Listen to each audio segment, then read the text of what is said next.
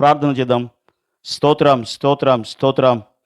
పరిశుద్ధుడైన మా పరమ తండ్రి, జీవాధిపతి, సర్వశక్తిమంతుడా, భూమి ఆకాశములకు సృష్టికర్తవైన దేవా, నీకు వందనాలు, స్తుతులు, స్తోత్రములు చెల్లిస్తున్నాం. మీ నోటి మాట చేత సమస్తమును కలగజేసిన వాడు, మీ చేతి స్పర్శ చేత మాకు రూపమును ఏర్పరిచి, మీ నోటి ఊపిరి చేత మా మా యొక్క మమ్మలను జీవించు ప్రాణులనుగా చేసినందుకు నీకు స్తోత్రాలు, వందనాలు చెల్లిస్తున్నాం. ధవలవర్ణుడా, రత్నవర్ణుడా, 10,000 మందిలో అతికాంక్షణీయుడా, నీకు స్తోత్రం. ఈ ఉదయకాలమున నీ సన్నిధానమునకు వస్తుండగా నీ మాట చేత మమ్మలను దర్శించుమని ఈ సమయంలో ప్రార్థన చేస్తూ ఉంటున్నాం. నాయన నీకు వందనాలు. ఈ సమయాన్ని దీవించండి. నీ మాటలు వినుచుండగా ప్రభా మీ యొక్క నాయన చిత్తమును గ్రహించడానికి మీరు మాకు నేర్పించమని, ఈ సమయాన్ని దీవించమని ప్రభు అయిన యేసుక్రీస్తు నామమున స్తుతించి ప్రార్థిస్తున్నాము తండ్రి. ఆమేన్ ఆమేన్. దేవునికి స్తోత్రం.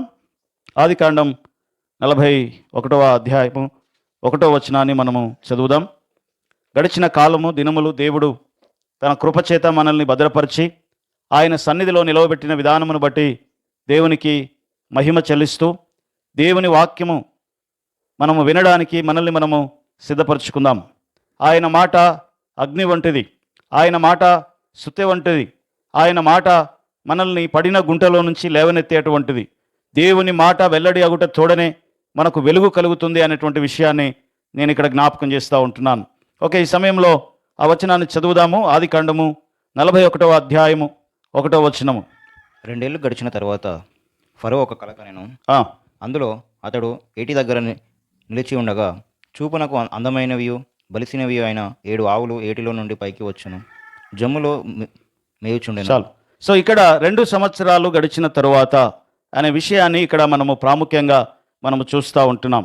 ఈ ఆదికాండంలో రాయబడినటువంటి ఈ మాట యోసేపు జీవితంలో ఆయన అనుభవించినటువంటి శ్రమ, ఆయన అనుభవించినటువంటి హింసకి, ఆయన అనుభవించినటువంటి సమస్తమైన శ్రమకి ముగింపుగా ఈ వారము మనము చూస్తూ ఉంటున్నాం. సో కాబట్టి 2 సంవత్సరాలు గడిచిన తరువాత ఆయన ఆ చెరసాలలో నుంచి బయటికి తీయబడినట్లుగా. కారణం ఏంటి అంటే ఫరో రాజుకి కలబడింది. ఆ కలల భావం చెప్పేవారు ఆ ప్రాంతంలో కానీ ఆ దేశంలో కానీ మరి ఎక్కడ ఎవరు కూడా రాజుగారికి దొరకలేదు. కాబట్టి మనుషుల యొక్క జ్ఞానము మరి ఓడిపోయినప్పుడు దేవుని జ్ఞానము అక్కడ అవసరమైనట్లుగా మనము చూస్తూ ఉంటున్నాం. కాబట్టి ఆయన జీవితంలో ఆయన అనుభవించిన శ్రమకి అది అది ముగింపు అన్నమాట. ఎక్కడ ముగింపు ఉంటుందో, ఎక్కడ అంటే ఇంకంతా అయిపోయింది అని మనం ఎక్కడైతే అనుకుంటామో అక్కడనే దేవుని యొక్క నెక్స్ట్ స్టెప్ ప్రారంభమవుతూ ఉంటుంది. అంటే ఒక దగ్గర ఇక అంతా అయిపోయింది అనుకున్న దగ్గరనే దేవుడు మొదటి అడుగును ప్రారంభిస్తాడు అని చెప్పి యోసేపు యొక్క లైఫ్ ద్వారా మనము నేర్చుకుంటూ ఉంటున్నాం. చెరసాలలో వేయబడిన తర్వాత ఆయన చెరసాలలో మరి పానదాయకుల అధిపతికి ఆయన కలల యొక్క భావము చెప్పినప్పుడు మీరు నేను చెప్పింది నిజమైతే నన్ను మీరు జ్ఞాపకం చేసుకోండి అని యోసేపు చెప్పిన తర్వాత వారు మరచిపోయారంట. 2 సంవత్సరాలు గడిచింది. 2 సంవత్సరాలు గడిచిన తరువాత ఆ 2 సంవత్సరాలు యోసేపు మౌనంగా ఉన్నాడు. దేవుని యొక్క టైం కొరకు ఎదురు చూస్తూ ఉంటున్నాడు. కారణం ఏంటి అంటే ప్రతిదానికి మన లైఫ్లో ఒక సమయం అనేది ఉంటుంది అన్నమాట. ప్రసంగి గ్రంథంలో మనం చూస్తాం 3వ అధ్యాయం 1వ వచనంలో, పుట్టడానికి సమయం ఉంది, చనిపోవడానికి సమయం ఉంది, విత్తడానికి సమయం ఉంది, నాటడానికి సమయం ఉంది, నాటినది పెరికివేయడానికి సమయం ఉంది. అంటే ప్రతి దానికి కాలము ఉన్నది అనే విషయాన్ని మనం ఇక్కడ చూస్తూ ఉంటున్నాం. ప్రసంగి గ్రంథం 3వ అధ్యాయము 1వ వచనం. ప్రతిదానికి సమయం కలదు, ఆకాశము క్రింద ప్రతి ప్రయత్నమునకు సమయం కలదు, పుట్టుటకు చచ్చుటకు. సో కాబట్టి ప్రతిదానికి సమయం ఉంది అని చెప్పి యోసేపు ఏం చేస్తున్నాడట? వెయిట్ చేస్తూ ఉన్నాడు. ఎక్కడ? చెరసాలలో. 2 సంవత్సరాలు గడిచిపోయింది ఆ చెరసాలలో ఉన్నప్పుడు. అయితే అతన్ని జ్ఞాపకం చేసుకోవాల్సిన వారు జ్ఞాపకం చేసుకోలేదు కనుక దేవుడే జోక్యము చేసుకొని ఫరోకి కల ఇచ్చి ఆ కలభావము చెప్పేవారు ఆ దేశంలో ఎవరు కనబడనందున మరి రాజు యోసేపును అక్కడి నుంచి బయటికి తీసినట్లుగా మనం ఇక్కడ చూస్తూ ఉంటున్నాం. యోసేపు ఎందుకు మౌనంగా ఉన్నాడు ఆ 2 సంవత్సరాలు అంటే దేవుని టైం కొరకే వెయిట్ చేస్తూ ఉన్నాడు అనమాట. ఎందుకంటే ప్రతిదానికి సమయం ఉంది అని తాను ఎరిగి ఉన్నాడు గనక. హబక్కుకు గ్రంథం 2వ అధ్యాయం 3వ వచనంలో కూడా మనము ఈ మాటలు చూస్తాము. కాలము సంపూర్ణమైనప్పుడు దేవుని దర్శనము నిర్ణయించినటువంటి కాలమునకు అది జరుగుతూ ఉంటుంది అని. దేవుడు నిర్ణయించిన కాలంలో ప్రవచనాలు నెరవేర్చబడతాయి. దేవుడు నిర్ణయించిన కాలంలో కార్యములు జరుగుతాయి. 2వ అధ్యాయం 3వ వచనం. ఆ దర్శన విషయము నిర్ణయ కాలమున జరుగును, ఆ దర్శన విషయము నిర్ణయ కాలమున జరుగును. సమాప్తము. కాబట్టి దేవుని ఆలస్యము నిరాకరించినట్టు కాదు. దేవుడు ఆలస్యం చేస్తే అతడు మనల్ని మర్చిపోయినట్టు కాదు. దేవుడు ఆలస్యం చేస్తే తగిన సమయంలో ఆయన సమాధానము అనుగ్రహించేటువంటి వాడు అనే విషయాన్ని మనం ఇక్కడ చూస్తూ ఉంటున్నాం. సో కనుక కాలము పూర్తి అయినప్పుడు, సంపూర్ణమైనప్పుడు దేవుడు మాట్లాడుతాడు. అందుకని ఆదికాండం 41వ అధ్యాయం 1 నుంచి మనం 8 వరకు చదివితే అక్కడ 2 సంవత్సరాల తరువాత ఫరోకి ఒక దర్శనం వచ్చింది. ఆ దర్శనము ద్వారా దేవుడు ఆ సమయం వచ్చినట్లుగా మనం అక్కడ చూస్తూ ఉంటున్నాం. 41వ అధ్యాయం 1 నుంచి చదువుదాం 8 వరకు. 2 ఏండ్లు గడిచిన తరువాత ఫరో ఒక కల కనెను. అందులో అతడు ఏటి దగ్గర నిలిచి ఉండగా చూపునకు అందమైనవియు బలిసినవి అయిన 7 ఆవులు ఏటిలో నుండి పైకి వచ్చును, జమ్ములో మేయుచుండెను. వాటి తరువాత చూపునకు వికారమైన చిక్కిపోయిన మరి 7 ఆవులు ఏటిలో నుండి పైకి వచ్చును. ఏటి ఎడ్డున ఆ ఆవుల దగ్గర నిలుచుచుండెను. అప్పుడు చూపునకు వికారమైన చిక్కిపోయిన ఆ ఆవులు చూపునకు అందమైన బలిసిన ఆవులను తినివేయుచుండెను. అంతలో ఫరో మేల్కొనెను. చాలు. సో కాబట్టి ఇక్కడ ఫరోకి కలవడం, మరి యోసేపు యొక్క శ్రమలకి ముగింపుగా మనం ఇక్కడ చూస్తూ ఉంటున్నాం. కాబట్టి తన యొక్క గోతి అనుభవాన్ని మనం ఇక్కడ గమనిస్తూ ఉంటున్నాం. ఆయన యొక్క గోతి అనుభవము దాదాపు అన్నలు గోతిలో వేసినది మొదలుకొని చెరసాలలో నుండి ఆయనను బయటికి తీసేంత వరకు ఆయన గోతి అనుభవాన్ని అనుభవిస్తున్నట్లుగా మనం చూస్తూ ఉంటున్నాం. కాబట్టి మనము దేవుని వాక్యములో చూసినట్లుగా ఇశ్రాయేలు ప్రజలు కష్టకాలంలో ఉన్నప్పుడు దేవునికి మొరపెడితే దేవుడు తన వాక్కును పంపించి వారు పడిన గుంటలో నుంచి ఆయన లేవనెత్తినాడు అనే మాట మనం చూస్తాం. హల్లెలూయా. అంటే ఆ పడిన గుంటలో నుంచి లేవనెత్తేటువంటి అనుభవాన్ని మనం ఇశ్రాయేలు జీవితాల్లో చూస్తూ ఉంటున్నాం, యోసేపు యొక్క జీవితంలో కూడా చూస్తూ ఉంటున్నాం. అదే రీతిగా సామెతల గ్రంథం 22వ అధ్యాయం 28వ వచనంలో మనం గమనించినప్పుడు, మరి తన పనిలో నిపుణత గలవాడు రాజుల ఎదుట నిలబడును. తన పనిలో నిపుణత గలవాడు ఎక్కడ నిలబడతాడంట? రాజుల ఎదుట నిలబడతాడు. ఆ నిపుణత అనేటువంటి దగ్గర మనము హీబ్రూలో దాని యొక్క మీనింగ్ని చూస్తే అతని యొక్క నిజాయితీ, అతని యొక్క విధేయత అనేవి 2 విషయాలను మనం గమనిస్తాం. ఎవరి జీవితంలో అయితే నిజాయితీ ఉంటుందో, ఎవరి జీవితంలోనైతే విధేయత ఉంటుందో వారిని దేవుడట రాజుల ఎదుట నిలబెడతాడు. హల్లెలూయా, హల్లెలూయా. సో కాబట్టి దేవుడు తన వాక్కును పంపి తాను పడిన గుంటలో నుంచి ఆయన లేవనెత్తేటువంటి వాడు అనే విషయాన్ని చూస్తూ ఉంటున్నాం. కనుక యోసేపు యొక్క లైఫ్లో గుంట అనుభవాన్ని చూస్తూ ఉంటున్నాం. 17 సంవత్సరాల వయసులో ఆయన గుంటలో వేయబడినాడు. తర్వాత ఆయన 30 సంవత్సరాల వయసులో ఆ గుంటలో నుంచి ఆయన బయటికి తీయబడినాడు. అంటే దాదాపు 13 సంవత్సరాలు ఆయన ఈ గుంట అనుభవాన్ని అనుభవించినాడు తన జీవితంలో. అదే రీతిగా మనం యాకోబుని గమనిస్తాము. యాకోబు బేతేలు దగ్గర యాకోబుకు కలిగినటువంటి దర్శనంలో ఆయన మరి పొద్దుగూకినది ఆయన జీవితంలో. అక్కడ మరలా ఆయన ఎబ్బేకు రేవు దగ్గర దేవునితో పెనుగులాడినప్పుడు అక్కడ ఇశ్రాయేలుగా మార్చబడిన తరువాత అతని జీవితంలో సూర్యోదయం అయినట్లుగా మనం చూస్తాం. అంటే దాదాపు 20 సంవత్సరాలు యాకోబు ఆ చీకటి అనుభవంలో ఉన్నట్లుగా మనం ఇక్కడ చూస్తూ ఉంటున్నాం. హల్లెలూయా. ఆదికాండం 37వ అధ్యాయంలో మనం చూస్తే గుంట అనుభవంలోనికి వెళ్ళినాడు. గుంట అంటే హీబ్రూ భాషలో అబోరు అని అంటారు. అబోరు అంటే గుంట. ఆ గుంట అనుభవంలో ఎక్కడైతే గుంట అని చెరసాలలో నుంచి బయటకు తీసినప్పుడు ఆ గుంట అనేటువంటి మాట వాడబడింది. అదే రీతిగా అన్నలు గోతిలో వేసినప్పుడు ఆ గోతిలోంచి తీసి మిద్యానీయులకు అమ్మి వేసినప్పుడు కూడా సేమ్ పదం అక్కడ వాడబడినట్లుగా మనం చూస్తూ ఉంటున్నాం. కాబట్టి చెరసాలలో నుండి త్వరగా అతనిని బయటికి రప్పించినారు అనే మాట మనకు అక్కడ కనబడుతూ ఉంటుంది. కానీ అతడు దాదాపు ఎంతకాలం ఉన్నాడు ఆ గుంటలో? 13 సంవత్సరాల గుంట అనుభవాన్ని తాను అనుభవిస్తున్నట్లుగా మనము చూస్తూ ఉంటున్నాం. హల్లెలూయా. సో కాబట్టి దేవుడు ఆలస్యం చేస్తే ఆయన నీ ప్రార్థనలకు ఇక సమాధానం ఇవ్వడు అని, ఆయన మనకు సమాధానం దయచేయడని మనం అనుకోవాల్సినటువంటి అవసరము లేదు. హల్లెలూయా. దేవుడు పని చేయడం లేదని అనుకోవడానికి వీలు లేదు. అంటే ఆలస్యము అనేది మన జీవితాలలో ఎందుకు ఆలస్యం చేస్తాడంటే, యోసేపు ఆ యొక్క అనుభవాలలో ఆయన ఒక శిక్షణలో ఉన్నాడు, ఆయన ఒక ట్రైనింగ్లో ఉన్నాడు, ఆయన యొక్క దేవుని గురించినటువంటి ఆ అనుభవాలు నేర్చుకునేటువంటి ఒక పాఠశాలలో ఉన్నట్లుగా మరి యోసేపు ఆ గుంట అనుభవంలో తాను ఉన్నట్లుగా మనం చూస్తాం. హల్లెలూయా. సో కాబట్టి గోతి అనేది ఏంటిది అంటే ఒక చెరసాల. ఏంటిది అది? గోతి అనేది ఏంటిది? ఒక చెరసాల. లేకపోతే గోతి అనేది ఒక చెరసాల అనుభవం, గుంట అనుభవం చూపిస్తూ ఉంటుంది. అయితే ఈ చెరసాల, గోతి ఇవన్నీ ఏంటివంటే ఒక శిక్షణ పాఠశాల. హల్లెలూయా. మన లైఫ్లో మనం ఎదుర్కొనేటువంటి ప్రతి శ్రమ కూడా దేవుడు మనకు నేర్పించే ఒక శిక్షణ పాఠశాల. అది శిక్ష కాదు, అది ఏంటిదంట? శిక్షణ అనేటువంటి మాట మనం చూస్తూ ఉంటున్నాం. అయితే అక్కడి నుంచి దేవుడు మనల్ని ఏం చేస్తాడంటే విడిపిస్తాడు. గోతిలో నుంచి యోసేపుని ఎక్కడికి నడిపించాడంట? యోసేపు 17 సంవత్సరాల వయసులో ఉన్నట్లుగానే మరి చెరసాలలో నుంచి బయటికి తీయబడుతున్నప్పుడు లేడు.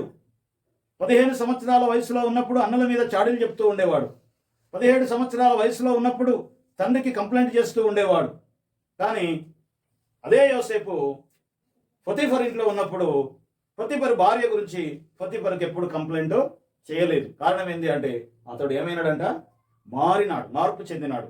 గతంలో చేసినటువంటి తప్పులను తన జీవితంలో మరలా చేయకుండా తాను జాగ్రత్త పడినట్లుగా మనం ఇక్కడ చూస్తూ ఉంటున్నాం. హల్లెలూయా. సో కాబట్టి మార్పు అనేది చాలా ప్రాముఖ్యమైనది మన జీవితాలలో.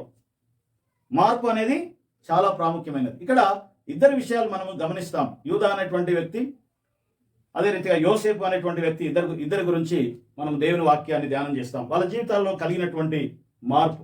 యూదా ఎలాంటి మార్పు పొందినాడో చూడండి. ఆదికాండము 38వ అధ్యాయము 26వ వచనం. యూదా ఆదికాండము 38వ అధ్యాయము 26వ వచనం. యూదా వాటిని గుర్తుపట్టి, నేను నా కుమారుడైన షేలాను ఆమెకు ఇయ్యలేదు గనుక ఆమె నాకంటే నీతిమంతురాలని చెప్పి మరి ఎప్పుడున్నో ఆమెను కూడలేదు. ఆమె కాబట్టి యూదా తాను చేసినటువంటి పొరపాటుని, తాను చేసినటువంటి పాపమును బహిరంగంగా ఆయన ఒప్పుకున్నాడు. ఒప్పుకోకపోతే కూడా చేసేదేం లేదు, కానీ బహిరంగంగా ఒప్పుకోవడం అనేది చాలా ప్రాముఖ్యమైనది. యూదా జీవితంలో ఒక అద్భుతమైన మార్పుని మనం చూస్తాం. తమ పాపములను ఒప్పుకుని వాడు ఏమవుతాడంట? దేవుని యొక్క కృపను పొందుతాడు. ఎవరైతే తన పాపములను ఒప్పుకొని దేవుని సన్నిధికి నిలబడతారో, ఒప్పుకుంటారో దేవుని సన్నిధిలో, వారు ఏమవుతారంటే దేవుని యొక్క కృపను పొందుతారు అనే మాట చూస్తాం. సామెతల గ్రంథం 28వ అధ్యాయం 13వ వచనంలో మనం గమనిస్తే అక్కడ 28వ అధ్యాయం 13వ వచనం, తమ పాపములను ఒప్పుకొనివాడు కనికరము పొందును అంటాడు. అతిక్రమములు దాచిపెట్టువాడు వర్ధిల్లడు, వాటిని ఒప్పుకొని విడిచిపెట్టువాడు కనికరము పొందును. హల్లెలూయా. సో కాబట్టి యూదా ఏం చేస్తున్నాడంటే తన పాపమును ఒప్పుకుంటున్నాడు. అదే మనము 1 యోహాను పత్రిక 1వ అధ్యాయం 9వ వచనంలో మనం గమనిస్తాం. తమ పాపములను మనం ఒప్పుకొనిన ఎడల ఆయన నమ్మదగిన వాడు, నీతిమంతుడు గనుక ఆయన మనలను సమస్త దుర్నీతి నుంచి ఆయన మనల్ని పవిత్రులుగా చేయును అంటాడు. 1 యోహాను 1వ అధ్యాయం 7వ వచనం నుంచి మీరు చదవండి. అయితే ఆయన వెలుగులోనున్న ప్రకారము మనమును వెలుగులో నడిచిన ఎడల మనము అన్యోన్య సహవాసం గలవారమై ఉందుము. అప్పుడు ఆయన కుమారుడైన యేసు రక్తము ప్రతి పాపము నుండి మనలను పవిత్రులుగా చేయును. తమ పాపములను ఒప్పుకొని తాను మార్పు చెందినాడు కాబట్టి యూదా తర్వాత ఏమైనాడు తెలుసా? ఓ గోత్రానికి ప్రధానిగా అయినాడు. ఆ తర్వాత యూదా గోత్రపు సింహము అని, మరి సింహమైనటువంటి యేసయ్య ఆ యూదా గోత్రంలో నుంచి ఆయన వస్తాడు. యూదాకి రాజదండం ఇవ్వబడింది. యూదాకి రాజదండము అంటే పరిపాలనా దండము యూదాకి ఇవ్వబడినట్లుగా మనము చూస్తూ ఉంటున్నాం. హల్లెలూయా. సో కనుక ఎవరైతే తమ పాపములను ఒప్పుకొని వాటిని విడిచిపెడతారో, ఎవరైతే దేవుని సన్నిధిలో నిజముగా యథార్థముగా నిలిచి ఉంటారో వారు ఏమవుతారంటే కనికరము పొందుతారు అనే మాట మనం చూస్తూ ఉంటున్నాం. కాబట్టి యూదా మరి మెస్సయ్య యూదా గర్భంలో నుంచే వస్తాడు అన్న మాట ఇక్కడ నెరవేర్చబడుతున్నట్లుగా మనం చూస్తాం. ఆ తర్వాత యోసేపు గురించి మనం ఆలోచన చేస్తే 39వ అధ్యాయం 9వ వచనంలో మనం చూస్తాం. ఆయన ఒకప్పుడు సహోదరుల యొక్క చెడుతనమును తండ్రికి పదే మరి చెడ్డ సమాచారాన్ని తండ్రికి చేరవేస్తూ ఉండేటువంటి వాడు. ఈ చెడ్డ సమాచారము అనేటువంటి దగ్గర హీబ్రూలో దెబా అనే మాట ఉంటుంది. సో దెబా అంటే చెడ్డ సమాచారము అనే మాట మనం ఇక్కడ చూస్తూ ఉంటున్నాం. అంటే తండ్రిని సహోదరులను వేరుపరిచేటువంటి పని చేసేవాడు అనమాట. దేవుడు విభేదాలను విమతాలను ఇష్టపడని వాడు. అంటే సపరేషన్స్ని లేకపోతే విడగొట్టేటువంటి స్థితిని దేవుడు ఎప్పుడు కూడా ఇష్టపడడు. కానీ ఇక్కడ యోసేపు తండ్రికి కంప్లైంట్ చేస్తూ తండ్రికి తన యొక్క అన్నలకి మధ్యలో ఆయన గ్యాప్ కలగజేసేవాడుగా ఆయన అక్కడ కనబడతా ఉంటున్నాడు యోసేపు. కానీ అదే యోసేపు పొతీఫర్ ఇంట్లో ఉన్నప్పుడు మరి పొతీఫర్ యొక్క భార్యకి మధ్యలో ఆ విడగొట్టే పని ఆయన చేయలేదు. గతంలో చేసిన తప్పులని ఆయన సరి చేసుకున్నాడు. తర్వాత ఆయన మార్పు చెందినట్లుగా కూడా మనము చూస్తాము. హల్లెలూయా. తమ పాపములను ఒప్పుకుంటే కనికరించబడతాం. అది ఎప్పుడు? చేసిన తరువాత. అయితే తమ పాపములను చేయకముందే జాగ్రత్త పడితే దేవుడు కనికరిస్తాడంట. హల్లెలూయా. కాబట్టి యోసేపు అంటాడు, దేవునికి విరోధముగా ఇంత ఘోరమైన పాపము నేను ఎలాగున చేదును అని చెప్పి పాపము జరగకముందే ఆయన దేవునికి భయపడి జాగ్రత్త పడినట్లుగా మనం చూస్తాం. యూదానేమో పాపము జరిగిపోయిన తరువాత ఆయన దేవుని సన్నిధిలో నిలిచి ఆయన ఒప్పుకున్నాడు కాబట్టి కనికరం పొందినాడు. యోసేపేమో పాపము జరగకముందే దేవుని భయాన్ని కలిగి ఆయన దేవుని సన్నిధిలో నిలిచాడు కాబట్టి, పారిపోయినాడు కాబట్టి దేవుడు యోసేపును ఏం చేసినాడంట? కనికరించినాడు అనే మాట మనము చూస్తూ ఉంటున్నాం. అంటే యోసేపేమో విరిగి నలిగిన మనస్సుతో ఆయన దేవుని సన్నిధికి వచ్చాడు యూదా. అయితే యోసేపేమో పరిశుద్ధతను కాపాడుకొనుట కోసము ఆయన పరిగెత్తినట్లుగా మనము చూస్తూ ఉంటున్నాం. కాబట్టి ఈ రెండింటిని మనము గురించి మనం ఆలోచన చేస్తే రోమాపత్రిక 12వ అధ్యాయము 2వ వచనంలో మనం చూస్తాం, మీరు ఈ లోక మర్యాదను అనుసరించక ఉత్తమమును అనుకూలమైనటువంటి దేవుని చిత్తమేదో గ్రహించి 12వ అధ్యాయము 2వ వచనం నుండి, మీరు ఈ లోక మర్యాదను అనుసరింపక ఉత్తమమును అనుకూలమును సంపూర్ణమై ఉన్న దేవుని చిత్తం మీద పరీక్షించి తెలుసుకున్నట్లు మీ మనసు మారి నూతన మగుట వలన రూపాంతరము పొందుడి. సో కాబట్టి ఎక్కడ మనం రూపాంతరం పొందాలి? ఇంకా కిందికి చదవటనే, ఏ విషయంలో మనం రూపాంతరం చెందాలి? తను తాను ఎంచుకున్న తగిన దానికంటే ఎక్కువగా ఎంచుకొనక దేవుడు ఒకనికి విభజించి ఇచ్చిన విశ్వాస పరిమాణం ప్రకారము నీ స్వబుద్ధిని ఆధారము చేసుకొనక స్వస్థ బుద్ధి గలవాడగుటకై తగిన రీతిగా ఎంచుకొనవలెను. నాకు అనుగ్రహింపబడిన కృపను బట్టి మీలోనున్న కాబట్టి రూపాంతరం చెందాలి. ఏ విషయంలో అంటే, ఓ మనిషి శరీరంలో ఒక్కొక్క అవయవానికి ఒక్కొక్క పని దేవుడు ఇచ్చాడు. ఒకరు స్వస్థపరిచే వరం ఉంది, ఒకరు భాషలు మాట్లాడే వరం ఉంది, ఒకరు భాషలకు అర్థం చెప్పే వరం ఉంది. ఎవరి పని వారు చేస్తూ ఉంటారు. ఇక్కడ ఏం కనబడాలి అంటే, అందరూ కలిసి దేవుని రాజ్యమును గడుతూ ఉన్నారు, అందరూ కలిసి దేవుని సంఘాన్ని గడుతూ ఉన్నారు, అందరూ కలిసి దేవుని గణపరుస్తూ ఉంటున్నారు. కాబట్టి ఆ యూనిటీ రావడం కోసము మనం మార్పు చెందాలి మన జీవితాల్లో. దేవుడు యూనిటీని ఇష్టపడేవాడు. కాబట్టి యోసేపు తన అన్నలకి తండ్రికి చెడ్డ సమాచారాన్ని అందిస్తూ వారి మధ్యలో విభజనకు కారణం అవుతూ ఉన్నాడు. కాబట్టి అలాంటి స్థితిలో ఉన్నటువంటి యోసేపు హింసకు గురి అయ్యాడు, శ్రమకు గురి అయ్యాడు, తర్వాత గోతిలో వేయబడ్డాడు, అక్కడి నుంచి అమ్మబడ్డాడు, పొతీఫర్ ఇంటికి వెళ్ళాడు. అక్కడ మొదట చేసినటువంటి పొరపాటు అక్కడ చేయకుండా యోసేపు జాగ్రత్త పడ్డాడు. దానికోసమే ఆయన పారిపోయినాడు కూడా. హల్లెలూయా, హల్లెలూయా. సో కాబట్టి యోసేపు యొక్క నిజాయితీ, యోసేపు యొక్క విధేయత అనేవి అతన్ని సింహాసనం వైపు నడిపించినాయి. అంటే పాపము చేయడానికి అవకాశం ఉన్నా సరే నిజాయితీగా ఆయన అక్కడి నుంచి ఆ ఆటంకాలను అధిగమించి ఆయన తప్పించుకొని పారిపోయినట్లుగా మనం చూస్తూ ఉంటున్నాం. ఇటు మనుషులకు నమ్మకంగా ఉన్నాడు, దేవునికి కూడా ఆయన నమ్మకంగా ఉన్నట్లుగా మనం చూస్తూ ఉంటున్నాం. హల్లెలూయా, హల్లెలూయా. సో కాబట్టి ఆ యోసేపు ఏమంటున్నాడంటే, ఇది నా వల్ల కాదు అని ఆయన మరి అక్కడ పారిపోయినట్లుగా మనం చూస్తాం. ఆ తర్వాత అదే యోసేపు చెరసాలలోంచి తీయబడ్డ తర్వాత ఫరో ఎదుట నిలబడినప్పుడు ఆయన ఏం మాట్లాడుతున్నాడు చూడండి. ఆదికాండం 41వ అధ్యాయం 16వ వచనాన్ని మనం గమనిస్తే, ఆదికాండం 41:16 వచనంలో ఫరోతో యోసేపు మాట్లాడుతున్నటువంటి మాటని మనం చూస్తూ ఉంటున్నాం. యోసేపు, అది నా వలన కాదు, దేవుడే ఫరోకు క్షేమకరమైన ఉత్తరము సమాధానం ఇచ్చునని ఫరోతో చెప్పెను. కాబట్టి యోసేపుకి కళ్ళ యొక్క భావం తెలుసు, యోసేపుకి కళ భావం చెప్పగలిగిన జ్ఞానం ఉంది. అయితే యోసేపు ఇక్కడ దేవుణ్ణి గణపరుస్తూ తనను తాను ఏం చేస్తున్నాడట? తగ్గించుకుంటున్నాడు. అంటే యోసేపులో ఉన్నటువంటి వినయాన్ని మనం ఇక్కడ చూస్తూ ఉంటున్నాం. అదే యోసేపు ఫరోల యొక్క సంభాషణలో వారిద్దరూ మాట్లాడుకుంటూ ఉన్నప్పుడు ఏం జరిగిందంట? దేవుని గురించినటువంటి ప్రస్తావన వారి మాటల్లో దాదాపు 13 సార్లు వచ్చింది. యోసేపు ఫరో రాజు యొక్క సంభాషణలో. యోసేపు ఎవరు? బానిస. ఫరో ఎవరు? రాజు. కానీ యోసేపు మాట్లాడిన ప్రతిసారి దేవుణ్ణి వారి మధ్యలోనికి తీసుకొని వచ్చి దేవుడే నీకు బయలుపరుస్తాడు, దేవుడే నీకు సరి అయిన ఉత్తరం ఇస్తాడు, దేవుడే నీకు ఈ కలనిచ్చాడు అని దేవుడు దేవుడు అనేటువంటి మాట యోసేపు 11 సార్లు అంటే మరి ఫరోనేమో 2 సార్లు అన్నాడట. దేవుని ఆత్మ కలిగిన నీకంటే ఇంకా వేరెవరు ఉన్నారు అని చెప్పి ఫరో మాట్లాడినట్లుగా మనం అక్కడ చూస్తూ ఉంటున్నాం. సో కాబట్టి దేవుణ్ణి హెచ్చించుట అనేది మనం ఇక్కడ చూస్తూ ఉంటున్నాం. యోసేపు రాజు సన్నిధిలో నిలవబడి ఎవరిని హెచ్చిస్తున్నాడట? దేవుణ్ణి హెచ్చిస్తున్నాడు, దేవుణ్ణి మధ్యలోనికి తీసుకొస్తున్నాడు, దేవుని గురించినటువంటి ప్రస్తావనతో ఆయన మాట్లాడుతున్నట్లుగా మనం చూస్తూ ఉంటున్నాం. ఇదే విషయాన్ని మనం బాప్తీసం ఇచ్చి యోహాను దగ్గర కూడా గమనిస్తాం. యోహాను సువార్త 3వ అధ్యాయం 13వ వచనంలో మరి ఆయన హెచ్చవలసి ఉన్నది, నేను తగ్గవలసి ఉన్నది అని చెప్పి యేసు ప్రభువు గురించి బాప్తీసం ఇచ్చి యోహాను మాట్లాడతాడు. 3వ అధ్యాయం 30వ వచనం. 3వ అధ్యాయం 30వ వచనం.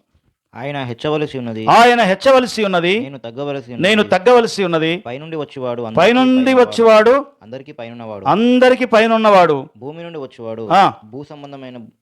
సో కాబట్టి ఆయన హెచ్చవలసి ఉంది, నేనేమో తగ్గవలసి ఉంది అని దేవుణ్ణి హెచ్చిస్తున్నట్లుగా మనం ఇక్కడ చూస్తాం. అంటే హెచ్చింపు అనేది దేవునికి మనము ఇవ్వాలి. యోసేపు దేవుణ్ణి హెచ్చిస్తున్నాడు, బాప్తీసం ఇచ్చి యోహాను దేవుణ్ణి హెచ్చిస్తూ ఉన్నాడు. మరి మన లైఫ్లో దేవుణ్ణి హెచ్చిస్తున్నామా అని మనము చూసుకోవాలి. ఎందుకంటే దేవుడు గర్వాన్ని అణిచి దీనులకు ఆయన ఏం చేస్తాడంట? కృపనిచ్చేవాడు. గర్విష్ఠులను అణిచివేస్తాడు ఆయన, దీనులకు ఆయన కృపను అనుగ్రహిస్తాడని చెప్పి మనం చూస్తూ ఉంటున్నాం. అందుకని పేతురు పత్రికలో మనం చూస్తాం. మొదటి పేతురు పత్రిక 5వ అధ్యాయం 5వ వచనంలో మనం చూస్తాం, చిన్నపిల్లలారా మీరు పెద్దలకు లోబడి ఉండుడి, మీరందరూ ఎదుటివాని ఎడల దీన మనస్సు అను వస్త్రమును ధరించుకొని మిమ్మను మీరు అలంకరించుకొనుడి అంటాడు. ఆ తర్వాత దేవుడు అహంకారులను ఎదిరించి దీనులకు కృపను అనుగ్రహిస్తాడు అంటాడు. కాబట్టి దేవుడు దీనులకు కృపను అనుగ్రహించేవాడు అనే మాట మనం ఇక్కడ చూస్తూ ఉన్నాం. కాబట్టి దీన మనస్సు అనేటువంటి వస్త్రాన్ని మనం అలంకరించుకోవాలి దేవుని ఎదుట. యోసేపు వస్త్రము అలంకరింపబడిన వాడుగా చెరలో నుంచి బయటికి తీయబడి రాజవస్త్రాలను ధరించి ఫరో ఎదుట నిలబడ్డాడు. కానీ అతనిలో ఏం కనబడుతుందంట? దీనత్వం కనబడతా ఉంది, వినయం కనబడతా ఉంది, దేవుని గణపరుస్తూ ఉన్నాడు, తనను తాను ఆయన తగ్గించుకుంటున్నాడు. కాబట్టి మనము తగ్గించుకుంటే దేవుడు హెచ్చిస్తాడు, మనము దేవుణ్ణి హెచ్చిస్తే దేవుడు మనల్ని హెచ్చిస్తాడు. అందుకని దేవుడు దీనులకు కృపనిస్తాడు అనే మాట మనం ఇక్కడ చూస్తూ ఉంటున్నాం. తగిన కాలమందు తగిన సమయమందు మిమ్మును హెచ్చించున్నట్లు ఆయన బలిష్టమైన చేతి కింద దీన మనస్కులై ఉండుడి అనే మాట మనం ఇక్కడ చూస్తూ ఉంటున్నాం. సామెతల గ్రంథం 3వ అధ్యాయం 5వ వచనాన్ని గమనించండి. సామెతల గ్రంథం 3వ అధ్యాయం 5వ వచనం. నీ స్వబుద్ధిని ఆధారం చేసుకొనక నీ పూర్ణ హృదయముతో యెహోవా యందు నమ్మిక ఉంచుము. కాబట్టి ఏం చేయాలంట? ఎవరు హెచ్చిస్తారు దేవుణ్ణి? ఎవరు హెచ్చిస్తారు అంటే ఎవరైతే దేవుని మీద ఆధారపడతారో, దేవుని ఆధారం చేసుకుంటారో వాళ్ళు మాత్రమే దేవుణ్ణి హెచ్చిస్తారు అనే మాట మనం ఇక్కడ చూస్తూ ఉంటున్నాం. కనుక దేవుణ్ణి మన లైఫ్లో హెచ్చించాలి. యోసేపులాగా, బాప్తీసం ఇచ్చే యోహానులాగా మనం దేవుని ఏం చేయాలంట? హెచ్చించాలి, ఆయన గణపరచాలి. ఆయన గణపరిస్తే నన్ను గణపరచు వారిని నేను గణపరుస్తానని దేవుడు అంటాడు. ఏమంటాడు? నన్ను గణపరచు వారిని నేను గణపరుస్తానంటాడు. హల్లెలూయా. సో కాబట్టి యోసేపు దేవుణ్ణి గణపరిచాడు. పాపం చేయవలసినటువంటి అవకాశం వచ్చినా సరే దేవుని ఎదుట నేను ఈ పాపము చేయలేను అని చెప్పి పారిపోయి దేవుణ్ణి గణపరిచాడు. ఫరో రాజు ఎదుట కలల భావము చెబుతున్న సమయంలో తనను తాను హెచ్చించుకొనకుండా ఈ దేశంలో ఎవడు చెప్పనటువంటి ఆ కలల భావాన్ని నేను చెప్తున్నానే గర్వము తనలో లేకుండా ఏమంటున్నాడట? దేవుడే నీకు సరి అయిన ఉత్తరము ఇస్తాడు అని చెప్పి అక్కడ దేవుణ్ణి ఆయన గణపరుస్తూ ఉన్నాడు. కాబట్టి మన లైఫ్లో మనము దేవుణ్ణి గణపరచాలి. దేవుణ్ణి గణపరిచినాడు కాబట్టి దేవుడు ఆయనను గణపరిచినాడు. నువ్వు దేవుణ్ణి గణపరిస్తే దేవుడు నిన్ను గణపరుస్తాడు అనే మాట మనం ఇక్కడ చూస్తూ ఉంటున్నాం. హల్లెలూయా. అదే రీతిగా యోసేపు మరి అన్నల దగ్గర మాట్లాడుతూ ఉన్నప్పుడు, మీరు కాదు నన్ను పంపించింది, ముందుగా మీరు కాదు నన్ను గుంటలో వేసింది, దేవుడే నన్ను ఏం చేసినాడు? మీకంటే ముందుగా నన్ను పంపించినాడు అంటాడు. 45వ అధ్యాయము 5వ వచనం, ఆదికాండం 45:5వ వచనం. అయినను నేను అక్కడికి వచ్చినట్లు మీరు నన్ను అమ్మివేసినందుకు దుఃఖపడకూడి, అది మీకు సంతాపము పుట్టింపనీయకూడి, ప్రాణరక్షణ కొరకు దేవుడు మీకు ముందుగా నన్ను పంపించెను. సో కాబట్టి మీ ప్రాణ రక్షణ కొరకి దేవుడు నన్ను ముందుగా పంపించెను. మీరు చెడ్డగా ఆలోచించారు, దేవుడు నాకు మంచే చేశాడు అంటాడు. అంటే మనుషులు చెడ్డగా ఆలోచించారు, కానీ దేవుడట మేలుగా ఆ చెడ్డదాన్ని మేలుకరంగా కూడా ఆయన మార్చినట్లుగా మనం చూస్తూ ఉంటాం.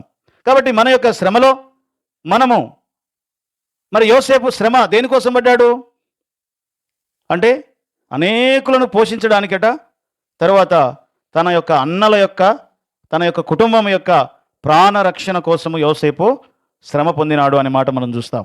మనం దేనికోసం శ్రమ పొందాలి అంట? మన యొక్క ఫ్యామిలీ కొరకు మనం శ్రమ పొందాలి, మన యొక్క పిల్లల కోసం మనం శ్రమ పొందాలి, రాబోయే తరం కోసము మనం శ్రమ పొందాలి అనే విషయాన్ని ఇక్కడ మనకు జ్ఞాపకం చేస్తూ ఉంటున్నాడు. నీ శ్రమ దేనికోసం అంటే నీ కుటుంబం కోసం.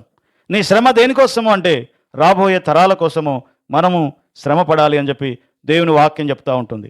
చాలామంది వారి యొక్క జీవితాలలో వారి యొక్క ఆనందాన్ని చూసుకుంటూ, వారి యొక్క ఎంజాయ్మెంట్ని చూసుకుంటూ, కుటుంబాలను వదిలేసి, ఫ్యామిలీస్ని వదిలేసి, పిల్లల్ని వదిలేసి మరి జలసాలు చేస్తున్నటువంటి వారిని మన కళ్ళ ముందు ఎంతో మందిని మనం చూస్తూ ఉంటాం. వారికి ఒక గురి లేదు, ఒక గమ్యం లేని స్థితిని మరి కొనసాగుతున్నట్లుగా మనం చూస్తాం. కానీ దేవుని వాక్యం అంటుంది, యోసేపు శ్రమ పొందినాడు, గుంటలో వేయబడినాడు, అమ్మబడినాడు, ఐడెంటిటీ తుడిచివేయబడింది, ఒక బానిసగా 13 సంవత్సరాలు ఒక గుంట అనుభవాన్ని, చీకటిని అనుభవించినాడు తన లైఫ్లో.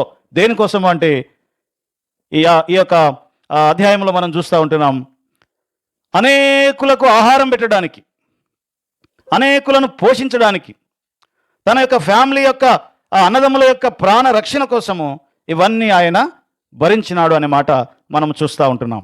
కాబట్టి నువ్వు దేనికోసం శ్రమపడాలి, దేనికోసం నువ్వు కష్టపడాలి అంటే నీ కుటుంబం కోసం కష్టపడాలి ఒకటి, రెండవది రాబోయే తరాల కోసం నీవు ఈ తరంలో నీవు కష్టపడాలి అనే విషయాన్ని మనకి ఇక్కడ జ్ఞాపకం చేస్తూ ఉంటున్నాడు. అందుకని యోసేపు యొక్క లైఫ్లో అన్నలు కీడు చేయాలనుకున్నారు, దేవుడు దానిని మేలుగా మార్చాడు. పొతిఫర్ భార్య కీడు చేయాలనుకుంది, దేవుడు దానిని మేలుగా మార్చాడు. హల్లెలూయా. ప్రతి కీడును ఆయన మేలుగా మార్చగలిగినటువంటి వాడు, ప్రతి కీడును మేలుగా మార్చగలిగిన వాడు దేవుడు. అందుకే రోమాపత్రిక 8వ అధ్యాయం 28వ వచనంలో మనం చూస్తాం. రోమీలకు రాసిన పత్రిక 8వ అధ్యాయం 28వ వచనంలో, దేవుడు తనను ప్రేమించే వారికి అనగా ఆయన సంకల్పం చొప్పున పిలువబడిన వారికి సమస్తమును సమకూర్చి జరుగుచున్నవి అంటాడు. అంటే దేవుణ్ణి ఎవరైతే ప్రేమిస్తున్నారో, దేవుణ్ణి ఎవరైతే ఆయన సంకల్పం చొప్పున పిలువబడినారో వాళ్ళ జీవితాలలో సమస్తాన్ని సమకూర్చి జరిగిస్తాడంట. ఏది జరిగినా అది మేలు కొరకే అన్న విషయాన్ని గుర్తుపెట్టుకోవాలి. హల్లెలూయా. దేవుని చిత్తము లేకుండా ఏది మన జీవితంలో జరగదు. ఒకవేళ ఏదన్నా జరుగుతుంది అంటే దాని వెనుక దేవుని యొక్క ప్రణాళిక ఉంటుంది. కాబట్టి ప్రతి పరిస్థితిని మనము నిజాయితీతో, విధేయతతో, వినయముతో ఏం చేయాలంట? ఎదుర్కోవాలి, దానిని అధిగమించాలి. యోసేపు లాగా. యోసేపు అనేటువంటి ఒక 17 సంవత్సరాల యవనస్తుడు మనకు ఒక గొప్ప పాఠాన్ని నేర్పిస్తూ ఉంటున్నాడు. తాను ఎలా ఉన్నాడు, తాను ఎలా జీవించాడు, దేనికోసం శ్రమపడ్డాడు, దేనికోసం హింసింపబడ్డాడు, పరిశుద్ధంగా ఉండడం కోసం, నిజాయితీగా ఉండడం కోసం, తన యొక్క కుటుంబం యొక్క ప్రాణ రక్షణ కోసం, సమస్త జనులకు ఆహారం పెట్టడం కోసం యోసేపు శ్రమపడినట్లుగా మనం చూస్తూ ఉంటున్నాం. కాబట్టి దేవుని ప్రేమించే వారికి, ఆయన సంకల్పము చొప్పున పిలువబడిన వారికి సమస్తము సమకూర్చబడి జరుగుతూ ఉంది. నీ జీవితంలో నువ్వు శ్రమలో ఉన్నావు అనుకుంటున్నావేమో, గుంటలో ఉన్నావు అనుకుంటున్నావేమో, ఇబ్బందుల్లో ఉన్నావు అనుకుంటున్నావు, అప్పుల్లో ఉన్నావు అనుకుంటున్నావేమో, ఇక అంతా అయిపోయింది, ఇక ఏమి లేదనుకుంటున్నావేమో. కానీ దేవుడు అంటున్నాడు, నిన్ను హెచ్చించడానికి అది మొదటి స్టెప్ అంటున్నాడు. అంతా అయిపోయింది, ఇక చివరికి వచ్చేసాను, నా పని అయిపోయిందనేమో మనం అనుకుంటున్నాము. కానీ దేవుడు అంటున్నాడేమని, నీ ఎదుగుదలకు అదే మొదటి మెట్టు అనే విషయాన్ని ఇక్కడ మనకి జ్ఞాపకం చేస్తూ ఉంటున్నాడు. హల్లెలూయా. ఇప్పుడు చదవండి, అదే మాట మనం చూస్తే దేవుని వాక్యంలో ద్వితీయోపదేశకాండం 8వ అధ్యాయం 2వ వచనం. యోసేపుని మనం చూస్తే ఫరో ఎదుట నిలబడి వెనుకకు ఒకసారి ఆయన చూసుకుంటే ఆయన ఎలాంటి స్థితి నుంచి వచ్చాడు, ఎలాంటి పరిస్థితుల నుంచి వచ్చాడో మనకు కనబడుతుంది. అందుకని దేవుని వాక్యం అంటుంది, గతాన్ని జ్ఞాపకం చేసుకొనుడి, గుంటలో ఉన్న స్థితిని జ్ఞాపకం చేసుకో. నువ్వు హెచ్చింపబడినప్పుడు, నువ్వు దీవించబడినప్పుడు, నువ్వు ఆశీర్వదించబడినప్పుడు, నీకు ఉన్నతమైన స్థానం వచ్చినప్పుడు నువ్వు మర్చిపోకూడనివి కొన్ని ఉంటాయి. ద్వితీయోపదేశకాండం 8వ అధ్యాయం 2వ వచనం. మరియు నీవు ఆయన ఆజ్ఞలను గైకొందువో లేదో అని నిన్ను శోధించి నీ హృదయములలో కాబట్టి ఈ శ్రమ, ఈ కష్టము, ఈ హింస ఇదంతా ఎందుకు అనుభవిస్తున్నాడు ఆయన? మనం ముందే చెప్పాను కదా, ఆయన ఒక పాఠశాలలో ఉన్నాడు. ఏంటి ఆ పాఠశాల? ఆయన శిక్షణ పొందుతున్నాడు. ఆయన మారుతున్నాడు, మార్పు చెందుతూ ఉన్నాడు. అయితే నిన్ను శోధించి చదువు మళ్ళీ. మరియు నీవు ఆయన ఆజ్ఞలను నీవు గైకొందువో లేదో అని నిన్ను శోధించి నీ హృదయంలోనున్నది తెలుసుకొనున్నట్లు నిన్ను అణుచు నిమిత్తము అరణ్యములో 40 సంవత్సరాలు దేవుడైన యెహోవా నిన్ను నడిపించిన మార్గమును అంతటిని నువ్వేం చేయాలి? జ్ఞాపకం చేసుకోవాలి. దేవుడు మనల్ని ఎలా నడిపించాడు, ఎక్కడి నుంచి నడిపించాడు, ఎక్కడికి తీసుకొని వచ్చాడో దానిని మనము ఏం చేయకూడదంట? మర్చిపోకూడదు. హల్లెలూయా. నువ్వు మారిన తర్వాత, మార్పు నీ జీవితంలో వచ్చిన తర్వాత నువ్వు మరలా గోతిని మర్చిపోకూడదు. నువ్వు ఎక్కడి నుంచి వచ్చావో, నీ చెరసాలను నువ్వు మర్చిపోవద్దు, నువ్వు ఎక్కడి నుంచి వచ్చావో అనే విషయాన్ని మనకి ఇక్కడ, అందుకని దావీదు భక్తుడు చక్కటి విషయాన్ని చెప్తాడు. 103వ కీర్తనలో 2వ వచనంలో, నా ప్రాణమా యెహోవాను సన్నతించుము, ఆయన చేసిన ఉపకారములలో దేనిని మర్చిపోకు అంటాడు. హల్లెలూయా. దేవుడు చేసిన ఉపకారములలో మనము దేనిని మరవకూడదు. కాబట్టి ఏమంటున్నాడు? నీవు మమ్మలను, అంటే దేవుడు మనల్ని ఎలా తీసుకొని వచ్చాడు, ఎలాంటి పరిస్థితులు గుండా తీసుకొని వచ్చాడు, ప్రతి శ్రమ, ప్రతి ఇబ్బంది, ప్రతి కరువు, ప్రతి అనారోగ్యము, ప్రతి ఒక్క ఆర్థిక సంబంధమైన అప్పులు, ఇవన్నీ కూడా ఏంటివంట? అవన్నీ కూడా ఒక మాట అంటాడు, ఏమనంటే ఇబ్బంది అనే కొలిమిలో నేను మిమ్మల్ని పెట్టి ఏం చేస్తున్నాడట? శుద్ధి చేస్తున్నాను అంటాడు. చదవండి ఆ మాట. కీర్తనల గ్రంథం 66వ కీర్తన 10-11 వచనాలు. నీవు బందీ గృహములో మమ్మ ఉంచితివి, మా నడుముల మీద గొప్ప భారము 10వ వచనం.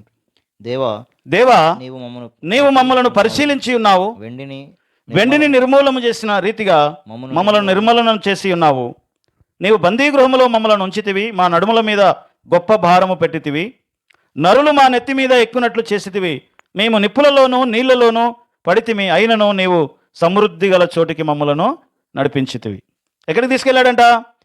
ఒక వెండిని తీసుకెళ్లి కొలిమిలో పెట్టి ఎలా అయితే శుద్ధి చేస్తారో అలాగున దేవుడట ఇశ్రాయేలు ప్రజలని ఐగుప్తు అనేటువంటి ఇనుప కొలిమిలోనికి తీసుకెళ్లి అక్కడ వాళ్ళను శుద్ధి చేసినాడు.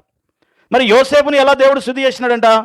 అతన్ని గుంతలో వేసి, అక్కడి నుంచి బానిసగా అమ్మివేసి, అక్కడి నుంచి చెరసాలకు వెళ్ళి, ఆ చెరసాల ముగింపులోనికి మనం చూసేసరికి అతడు బయటకు వస్తున్నప్పుడు ఎలా వస్తున్నాడట? వెండి కొలిమిలో నుంచి బయటకు వచ్చినట్లుగా, బంగారము కొలిమిలో నుంచి బయటకు వచ్చినట్లుగా, శుద్ధి చేయబడి ఆయన బయటికి వచ్చినట్లుగా మనం చూస్తాం. కాబట్టి ప్రతి శ్రమ మనల్ని శుద్ధి చేయడానికి దేవుడు ఇచ్చినటువంటిది అనే విషయాన్ని మనం గుర్తుపెట్టుకోవాలని దేవుని వాక్యం మనకు తెలియజేస్తూ ఉంటుంది. అయితే దేవుడు మనం శ్రమలో ఉంటే ఆయన ఆనందపడే దేవుడా? ఆ శ్రమలో దేవుడు మన మీద కృప చూపించేవాడంట. ఎందుకంటే దేవుని కోపము నిమిషమాత్రం ఉండును, ఆయన దయ ఆయుష్కాలం ఉంటుంది అనే మాట మనం లేఖనాలలో చూస్తాము. అయితే ఆ శ్రమ ఎందుకు అనుమతిస్తాడు అంటే మనం శుద్ధి చేయబడడానికి అనే విషయాన్ని మనకి ఇక్కడ జ్ఞాపకం చేస్తూ ఉంటున్నాడు. దేవుని వాక్యం చెప్తా ఉంటుంది, ఈ లోకంలో అన్ని గతించిపోతాయి, ఈ లోకంలో అన్ని గతించిపోతాయి, గడ్డి ఎండును, పువ్వు రాలును, కానీ దేవుని వాక్యము నిత్యము నిలిచి ఉంటుంది. మనం గడ్డి పువ్వు లాంటి వాళ్ళం. ఈ గడ్డి ఎండిపోతుంది, పువ్వు రాలిపోతుంది, కానీ దేవుని వాక్యం ఎన్నడూ నశించిపోదు, అది నిలిచి ఉంటుంది. అందుకని ఆ దేవుని వాక్యం దగ్గరికి మనం రావాలని దేవుని వాక్యం మనకు తెలియజేస్తూ ఉంటుంది. ఇదిగో నీవు గోతిలో ఉన్నట్లుగా ఉన్నావా, లేకపోతే నువ్వు మారాలని కోరుకుంటున్నావా యోసేపులాగా, లేదా ఇక అయిపోయింది, ఇది నా వల్ల కాదు, ఇక అంతా అయిపోయింది అనుకుంటున్నావేమో. దేవుడు అంటున్నాడు, ఇది నీకు ప్రారంభం మాత్రమే అంటున్నాడు.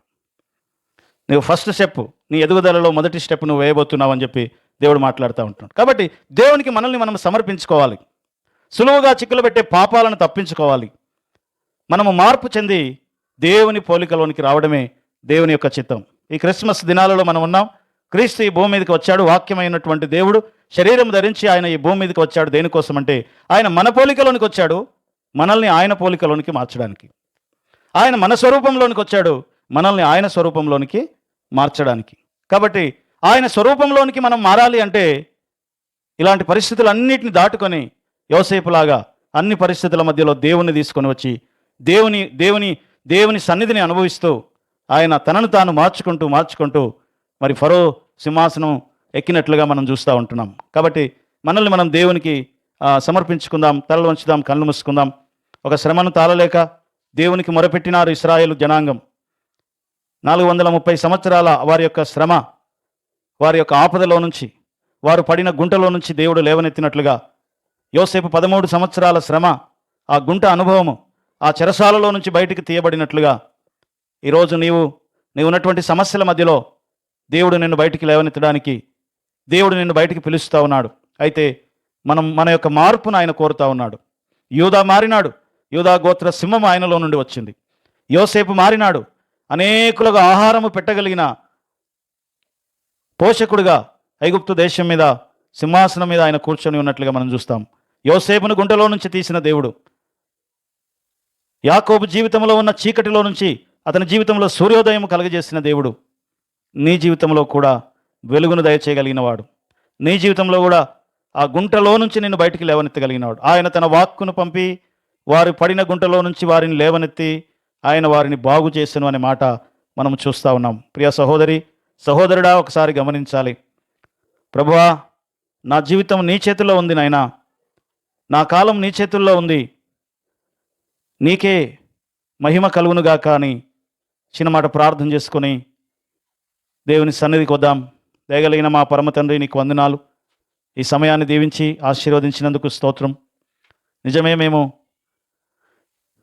గుంట అనుభవంలోనికి వెళ్ళిన వారం, ఇక మా పని అంతా అయిపోయింది, ఇక ఆశ లేదు అనుకున్నప్పుడు నీవే మమ్మల్ని ఆ గుంటలో నుంచి లేవనెత్తినావు. నీ వాక్యమును పంపించి మేమున్న చీకటిని తొలగించి మా జీవితాలలో సూర్యోదయము కలగజేసినావు. తమ పాపములను ఒప్పుకుంటే వాడు కనికరం పొందుతాడని మీరు సెలవిచ్చిన మాట, ఇగో యూదా బహిరంగంగా ఒప్పుకున్నాడు, దేవుని చేత కనికరించబడ్డాడు అన్న మాటను బట్టి నీకు స్తోత్రం చెల్లిస్తున్నాం.